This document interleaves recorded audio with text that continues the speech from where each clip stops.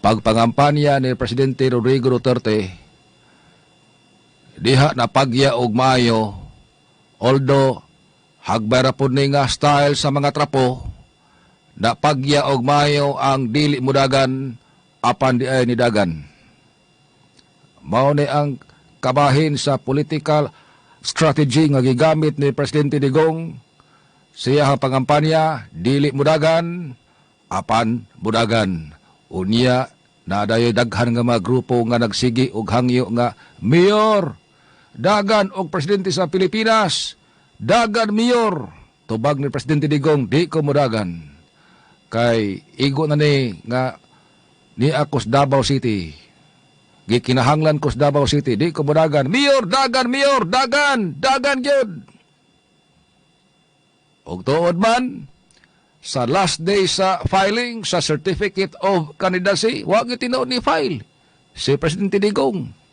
Gi-interview sa media, Mayor, unsay mo ikasulti, tanawa, wag ko nidagan. Namakak bako, wag ko nidagan.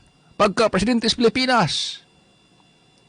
Pero, doon na day replacement, nidagan di ay.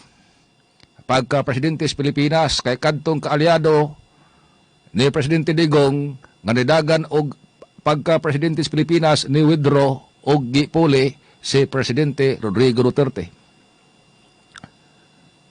Mausap niya ang style sa mga kaalyado ni Presidente Digong.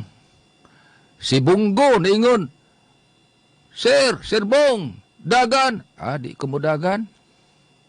Dagan yun. Sir, pagka senador, di ko mo dagan. Apan ito ni dagan. Mausap si Bato de la Rosa, pag-retire sa Philippine National Police, General, dagan. Di ko mo dagan. Dagan lang. Di lagi ko mo dagan. Kay, igo na to ako serbisyo. Hugaw kayong politika di ko mo dagan. Apan ito ni dagan. Karon, nanapod ning movement, run, sararan, inday, dagan, di kumudagan, dagan yun, di kumudagan lagi. Wata kay ba, unsay plano, kay napagya naman yung style ron sa PDP laban, nga di mudagan, apan mudagan.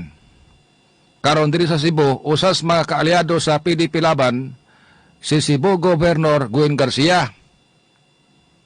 Karon adlaw, dunay usa ka movement makasamaan na mugna, gitawag og Gwen Garcia for Senator Movement. Ang tuyo mao, ilang awhagon si Governor Gwen Garcia nga mudagan pagka-senador, aron dunay representante diri sa Sugbo ngadto sa Senado. Og sumapas mo ang grupo, daghan og mga maayong nahimo si Governor Gwen Garcia, mas may ma-expand pa ni sa national ang iyahang mga maayo nga mga performance diri sa Sugbo. Apan ang tubag sa kampo ni Garcia ingon ani, si Kongresista Pablo Jan Garcia niingon, di pa sila kaserguro ug unsay interest aning grupuha. Di ba ka ni paon sa ilahang kontra? Og matod pang Pablo Jan, wakata panilang ani, nga naisama sa usa ka langgam, giulog-ulugan sa Milo, nga maayo kay mo kanta, og ang maong langgam nagtangag og matuka, ang Milo nagpaabot sa ubos. Aron iya makuha ang tuka gikan sa langgam, iyang gipalapalahan ang langgam, gam, kanta gam, kay ganahan kong mo, maminaw sa imuhang kanta gam, kanta. Ada sa ulo-ulo ang langgam, pagkanta, natagak ang tuka, nalipay ang Milo, siya nakakaon sa tukunon sa langgam.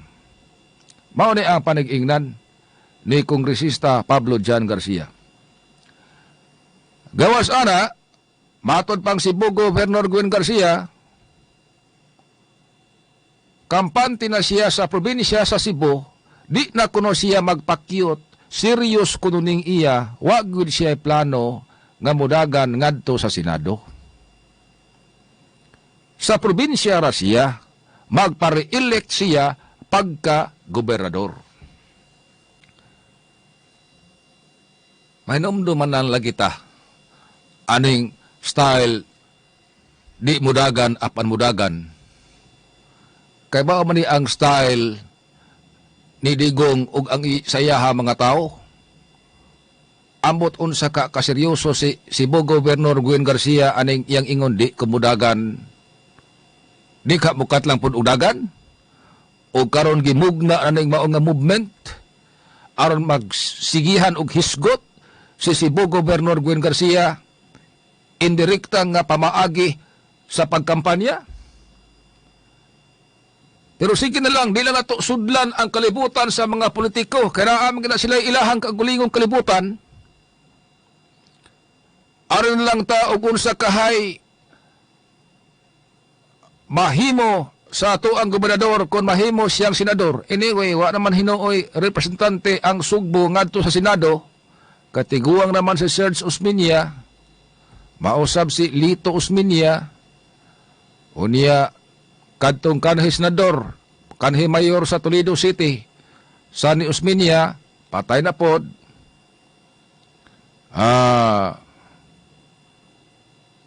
Wa nang nakitaan kaayo pa nga angayang mo represent gikan sa Cebu ngadto sa Senado.